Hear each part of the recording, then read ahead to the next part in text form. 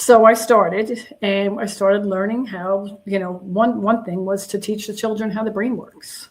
Mhm. So that was the very first thing I did, before we ended up where we are today.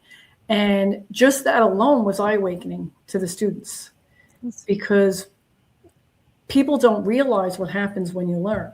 And you Yes. could be told, just keep going, Yes. keep trying, which I did year after year after year, but it really goes in and out.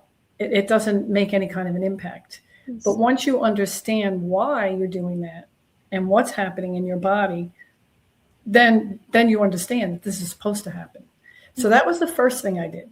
And that was the first thing that I did where I started to see a difference because I would have children respond to me. Say there was a child that hated math. You just mentioned we were doing math and they were breaking down immediately. Mm.